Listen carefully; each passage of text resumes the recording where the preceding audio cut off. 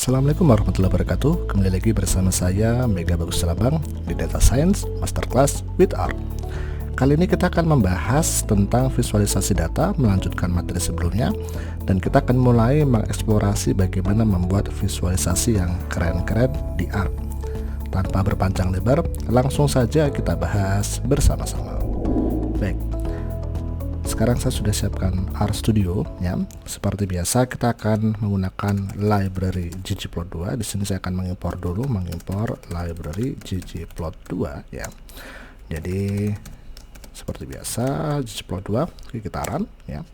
Nah, jika teman-teman tidak memiliki library ini, teman-teman bisa menginstall terlebih dahulu ya. Ada dua cara. Cara pertama, teman-teman bisa pergi ke packages, kemudian klik install.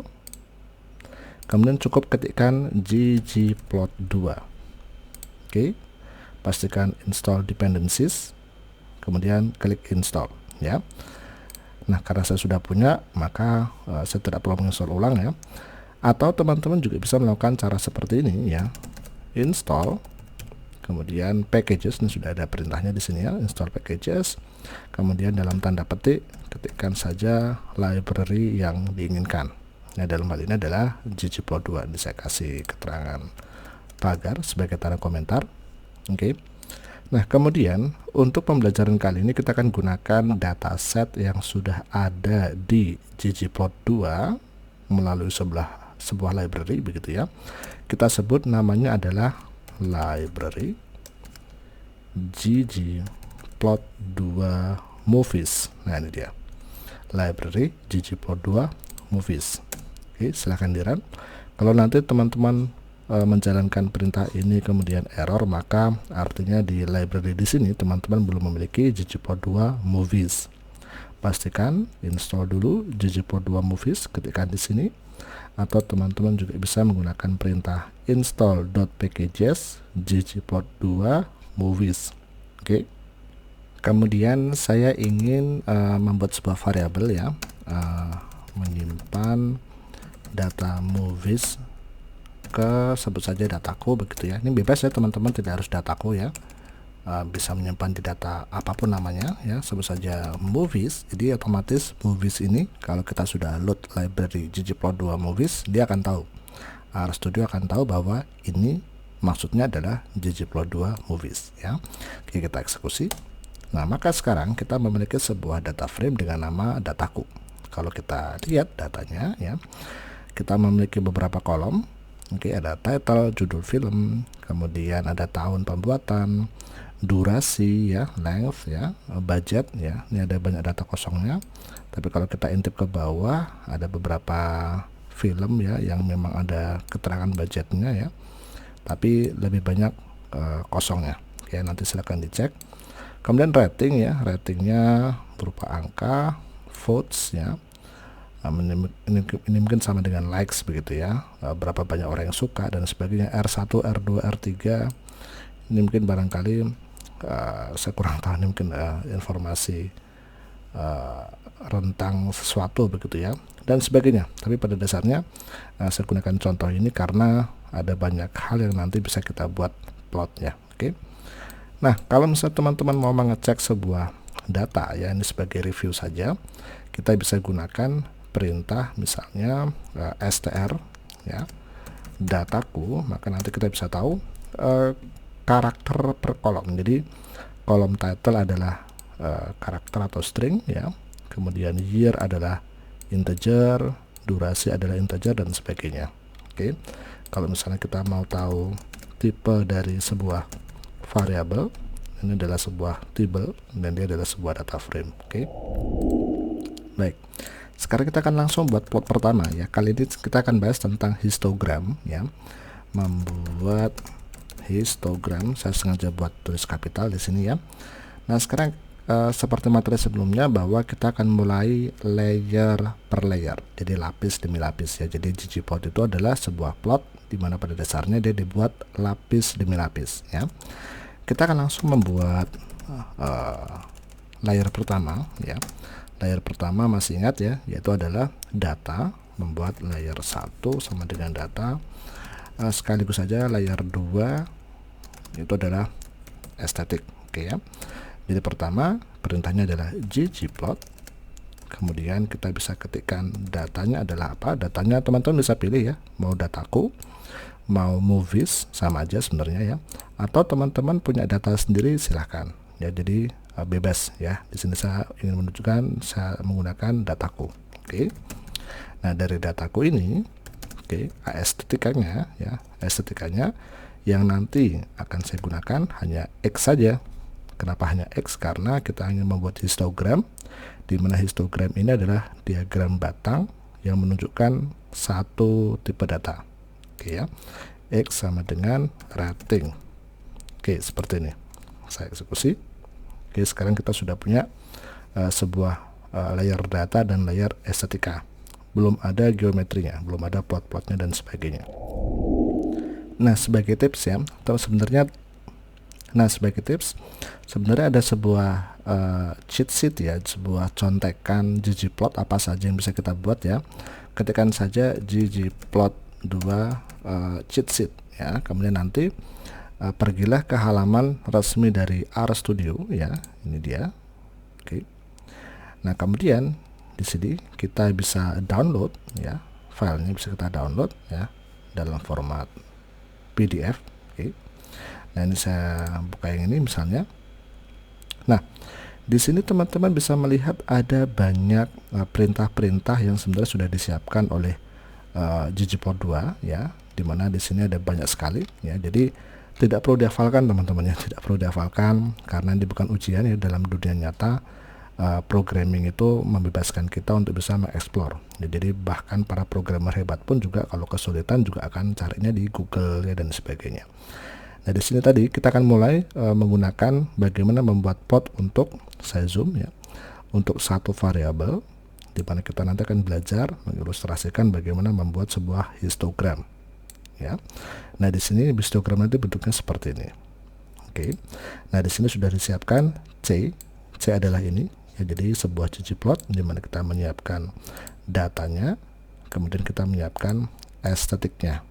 Baru nanti di geohistogram adalah perintah untuk menambahkan geometrinya, plot-plotnya dan sebagainya. Oke ya. Nanti ada parameter-parameter lain seperti alpha, color, fill, line type dan sebagainya. Oke. Jadi ini silakan di-download. Silakan pergi ke Google, ketikkan saja Google Cheat Sheet. Nanti pergi ke halaman RStudio, halaman resmi, dan silakan diunduh cheat sheet-nya. Oke. Nah, sekarang kita akan kembali ke R. Nah, sekarang kita sudah punya layer pertama, maka 1 dan 2 ya, layer 1 dan 2, maka kita sekarang tambahkan layer ketiga. Kita akan mulai membuat layer geometri ya. Nah, pada dasarnya sama ya dengan materi sebelumnya, kita tinggal menambahkan saja. Oke, jadi di sini kita tinggal tambahkan plus, oke, geom histogram. Nah, di sini kalau saya ketikkan geom, maka RStudio sudah memberikan sekian banyak petunjuk ya, plot-plot apa saja yang bisa dibuat di ggplot ya. Kalau teman-teman bingung seperti biasa bisa pergi ke halaman tadi ya, cheat sheet ya. Tapi kali ini kita pilih geohistogram. Oke. Nah, kemudian langsung saja saya eksekusi. Maka tampilannya seperti ini ya. Nah, di sini ada keterangan bahwa bins yang digunakan secara otomatis adalah 30. Artinya batang-batang ini jumlahnya adalah 30. Ini adalah 1 batang, 2 batang, 3 batang dan sebagainya. Kalau plotnya mau di zoom, bisa kita zoom, maka nanti plotnya menjadi terpisah ya, dan bisa kita perbesar sesuai keinginan kita ya. Atau kalau teman-teman ingin mengekspor seperti biasa, ekspor menjadi image, menjadi PDF, atau kita copy ke clipboard agar nanti bisa di paste di Ctrl V begitu ya, di Word, di PPT dan sebagainya. Oke. Oke, kemudian sekarang misalnya kita ingin merubah parameter seperti bin dan sebagainya, maka ini saya copy dulu ya. Oke. Merubah ukuran bin ya. Nah, misalnya di sini kalau teman-teman bingung ya, sekali lagi kalau bingung di RStudio cukup ketikkan F1, maka kita bisa mendapatkan informasi help tentang bagaimana cara menggunakan histogram ya. Di sini ada geohistogram, ada perintah mapping, data, start position, bin width, bins ya, dan macam-macam ya. Nah, kali ini akan kita atur adalah bin width, lebar dari batang-batang yang ada di sini. Oke, jadi di sini kita ketikkan saja bin width. Oke, sama dengan nanti silakan teman-teman berkreasi ya. Kali ini saya anggap saja 2 misalnya. Oke, kemudian saya eksekusi dulu. Maka nanti tampilannya seperti ini ya. Kalau saya ganti menjadi 1, maka tampilannya menjadi lebih kecil lagi. Batang-batangnya semakin kecil angkanya, semakin banyak batangnya. Oke. Dan semakin PP semakin lebarnya makin pendek begitulah ya. Kalau saya buat menjadi 0,7 misalnya, maka tampilannya menjadi semakin banyak. Kalau 0,3 semakin banyak pula ya. Atau 0,1 misalnya, maka akan menjadi semakin pipih. Ada banyak sekali. Oke ya. Nah, selain ada bin width ya, ada juga parameter lain adalah color ya, warna dari bordernya ya. Jadi saya anggap saja di sini misalnya blue. Oke, saya eksekusi. Maka setiap batang-batang itu bordernya, pinggirannya akan berwarna biru ya. Kalau teman-teman layarnya nggak muat, cukup setelah koma di enter, maka kita bisa mengetikkan di bawahnya ya, sama saja ya. Saya tambahkan satu lagi parameter adalah fill. Di sini kita bisa mengisi warna dari setiap kotak-kotaknya. Kalau color adalah pinggirannya, bordernya. Kalau fill adalah isiannya. Jadi kalau saya eksekusi, nah isiannya warnanya merah ya. Kemudian kita juga bisa mengatur-ngatur yang disebut sebagai alpha, adalah tingkat transparansi. Maksimal adalah 1. Kalau 1 berarti nggak ada bedanya ya. Tapi kalau saya buat 0,1, maka dia menjadi sangat transparan ya. Semakin besar semakin tidak transparan. Saya buat saja setengah, maka sekarang dia 50-50 ya. Oke. Kemudian kita juga bisa menamai sumbu X-nya dan sumbu Y-nya ya. Ini secara default rating karena memang kolom yang kita gunakan adalah kolom rating ya, dan sumbu Y adalah count, adalah frekuensi. Nanti akan kita namai dengan nama kita sendiri. Oke ya. Nah, bagaimana caranya? Oke, kita akan bahas melabeli grafik sumbu X dan sumbu Y ya. Nah, agar kita tidak ngetik-ngetik ulang berkali-kali ya, maka kita namai saja sekian banyak settingan ini, sebut saja dengan nama P. Oke, jadi nanti cukup menuliskan P, maka maksudnya adalah ini. Oke, kita eksekusi dulu ini P.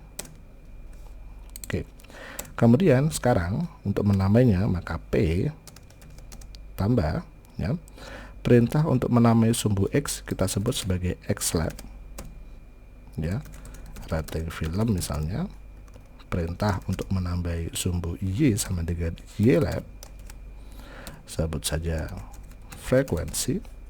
Kemudian ada satu lagi perintah untuk memberikan judul ya, judul di tengah-tengah atas ini ya, kita sebut sebagai perintahnya adalah GG title, GG title.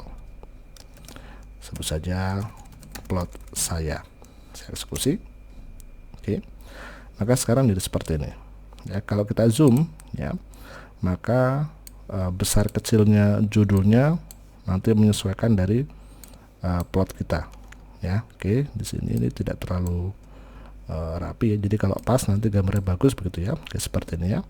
Nah, di sini bisa dilihat di sini judul tengahnya ya, judul utamanya posisinya tidak berada di tengah. Karena di ggplot versi terbaru dia secara default posisinya berada di sebelah kiri ya. Sama di sini sebelah kiri ya. Lalu bagaimana agar kita bisa membuatnya center? Oke, caranya adalah kita tambahkan, saya kasih spasi. Oke ya. Kita tambahkan perintah theme. Oke, theme. Saya tuliskan di bawah ya biar kelihatan. Theme plot title Oke. Elemen text horizontal adjustment sama dengan 0,5. Kalau 0,5 ini artinya pas dia berada di tengah-tengah. Oke, seperti ini ya. Kalau teman-teman setting menjadi 0,4 ya berarti dia berada agak ke kiri dikit. Kalau 0,2 ya berarti lebih ke kiri. Kalau 0,8 lebih ke kanan. Oke ya, nanti silakan diatur-atur. Oke, seperti ini ya. Nah, ada satu trik lagi bagaimana caranya membuat warna histogram itu berupa gradasi sesuai frekuensi yang dimiliki ya. Membuat warna gradasi ya. Jadi ini saya copy. Oke, saya ganti menjadi P2 misalnya ya, P2. Nah, yang saya ganti adalah colornya. Ini saya ganti termasuk alpha ya.